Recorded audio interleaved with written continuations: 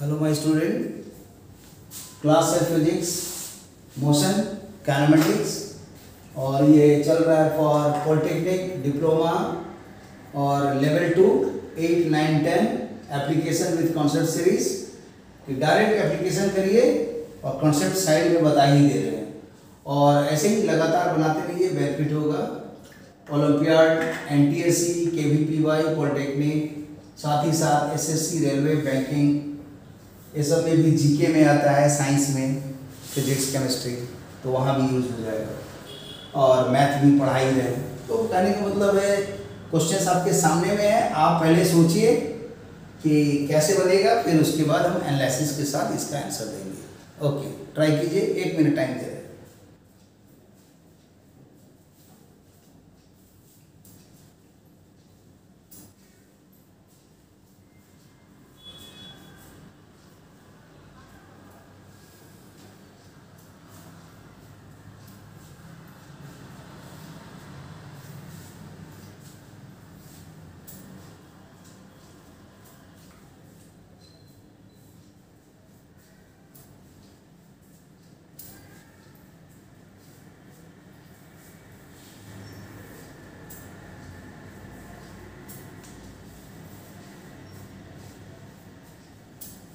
Okay, ठीक है, इसका देखिए एनालिसिस करते हैं कैसे बनेगा, कैसे सोचते हैं क्वेश्चंस में। x equal to 3 minus 4t minus 5t square minus 6t cube.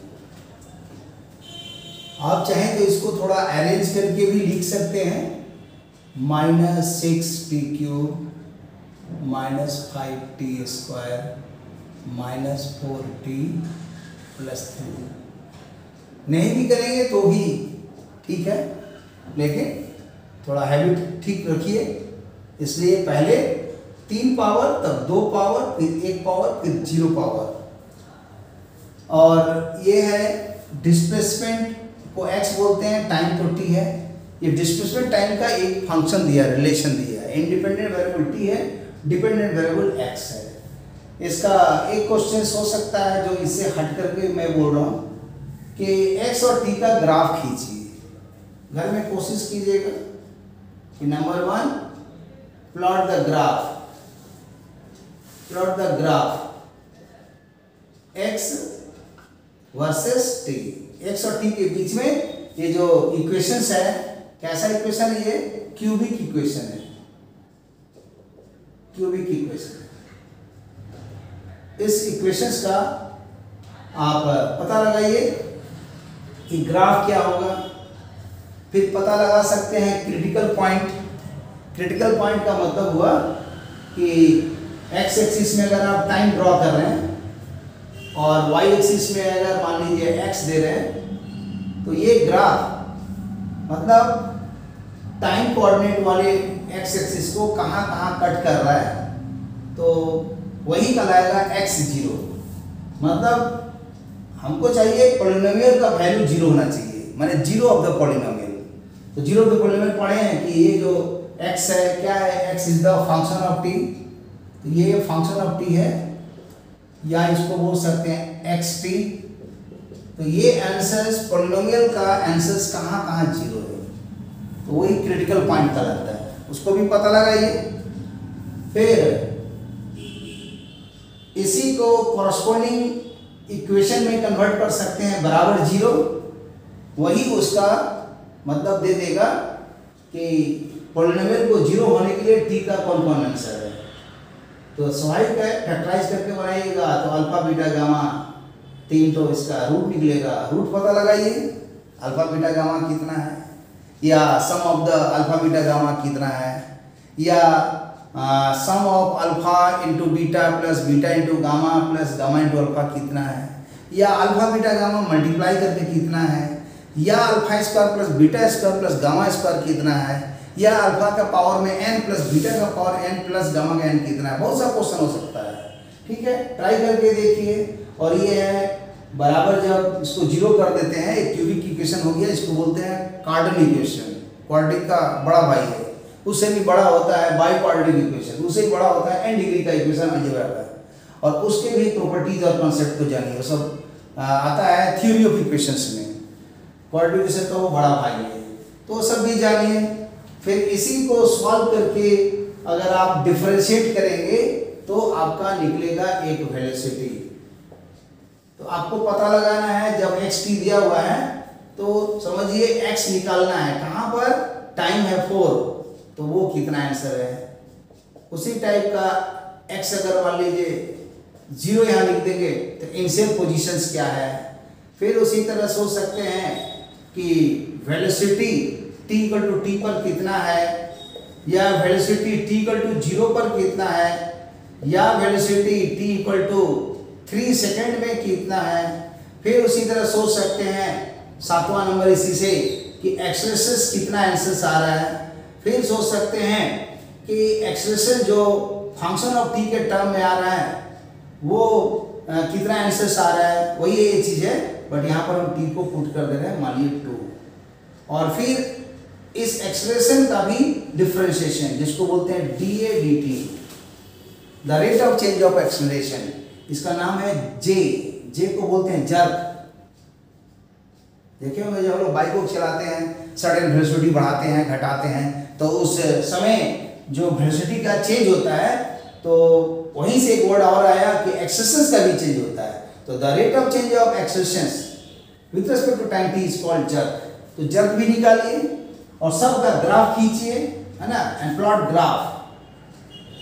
ऐसे करके आप एक ही क्वेश्चन में रेंज बढ़ा सकते हैं। अब आइए इस क्वेश्चन को बनाना है तो सीधा डिफरेंशिएटिंग, बिना कैलकुलस का बनेगा नहीं। 1 डायमेंशन का क्वेश्चन, चाहे हीट हो, चाहे वो मैकेनिक्स हो, या कहीं पर भी इस तरह का चीज होगा सिंगल डायमेंशन का, तो कैलकुलस। और 2 डायमेंशन 3 डायमेंशन में vector analysis, vector algebra, vector calculus. और नहीं तो उसको 2 पार्ट में या 3 पार्ट में स्प्लिट कीजिए। मतलब 2 डायमेंशन का है तो along X along Y separate बना दीजिए, काइनेमेटिक्स 1 डायमेंशन बन जाएगा। और नहीं तो 3 डायमेंशन का है तो 3 बार उसको अलग अलग कर दीजिए, एलॉन्ग एक्स वाई जेड, और बना दीजिए, और उसको फिर हाइब्रिड कर दीजिए। तो अभी वो सब समझ में नहीं आएगी बात, अभी जो समझ में आ रहा वही कीजिए। डिफरेंशिएटिंग शॉर्ट में लिख देते हैं, differentiating on both side with respect to T.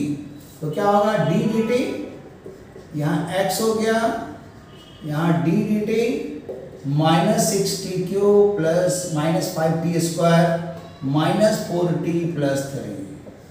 तो जैसे डिफरेंशिएट करेंगे तो अलग अलग होगा, इसका आंसर आ जाएगा -18t²। कैसे आएगा, तो जो फार्मूला होता है d dx of x to the power n is equal to nx to power n-1। तो वो स्टेप हम पूरा नहीं दिखाए हैं, समझ लीजिए कि अलग अलग सबका डिफरेंशिएशन होगा, और कांस्टेंट का डिफरेंशिएशन 0 होता है, और इसका डिफरेंशिएशन में -6 बाहर आ जाएगा, tq का हो जाएगा 3t² मल्टीप्लाई करके इतना आ जाएगा, फिर इसका हो जाएगा 10t, और इसका हो जाएगा -4, इसका हो जाएगा 0। मतलब इसको मैं स्टेप पूरा नहीं दिखा रहा हूँ, मैं ये सोच के चल रहा हूँ कि आपको डिफरेंशिएशन आती है। नहीं आती है तो उसका किसी और क्लास में मैं डिटेल में बता दूंगा। अभी सीधा समझिए कि अलग अलग डिफरेंशिएशन हुआ, और इसी फॉर्मूला से इसमें -6 बाहर आया, tq का हो गया 3t², वही सॉल्व करके ये आंसर आया। इसे भी -5 बाहर आएगा, t² का 2t तो -10t आ जाएगा, और t का 1 हो जाएगा, -4 कांस्टेंट का 0। अब जैसे निकला dx dt, इसी को तो कहा जाता है वेलोसिटी, और ये फंक्शन ऑफ t है तो बोल सकते हैं vt। इसी तरह और अगर डिफरेंशिएट करेंगे तो एक्सेलरेशन निकलेगा, और डिफरेंशिएट करेंगे तो जर्क निकलेगा। तो यहाँ पर क्या दिया है क्वेश्चन में, देखा जाए इनिशियल बोल रहा है वेलोसिटी क्या है, तो ये जो vt है इसमें टाइम को 0 पुट कर देंगे। तो जैसे टाइम 0 पुट करेंगे, ये -18 0² -10 0 -4 सॉल्व करके -4 आया। अब इस ऑप्शन में देखेंगे बी है तो आंसर हो गया बी, आंसर हो गया बी। और इस तरह से आ गया। आप लोग घर में ट्राई कीजिएगा कि वेलोसिटी और टाइम का जो इक्वेशंस आया है इसका ग्राफ खींचिए, मतलब plot the graph v versus t graph. Homework में करके देखिए vt ग्राफ, ठीक है, ये ट्राई कीजिए।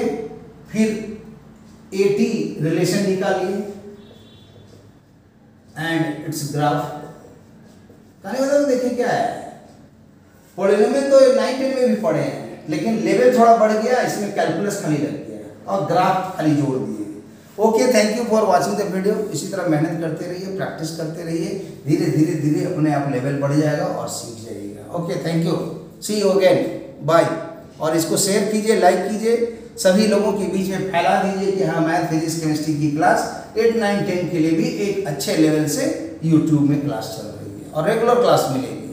Okay, thank you. और जो बच्चे थोड़ा और हाई लेवल देखना चाहते हैं तो मेरा वीडियो डाला हुआ है जेई मेन के लिए, जेई एडवांस के लिए, फिर IIT जैम के लिए और CSIR नेट के लिए, JRF के लिए, सब जगह पढ़िए। और बहुत जल्दी ही हम चालू करेंगे इससे भी नीचे का क्लास, जो बच्चे 7 में हैं, 8 में हैं, मैंने 8 तो है ही ऑलरेडी हैं, 7 6 और मैंने 1 2 3 4 5 0 -1 -2, उसके लिए भी हम अंकगणित, ज्योमेट्री और मेंसुरेशन, अर्थमेटिक ज्योमेट्री का एप्लीकेशन सभी में लाएंगे धीरे धीरे। Okay, thank you for watching the video, see you again, bye.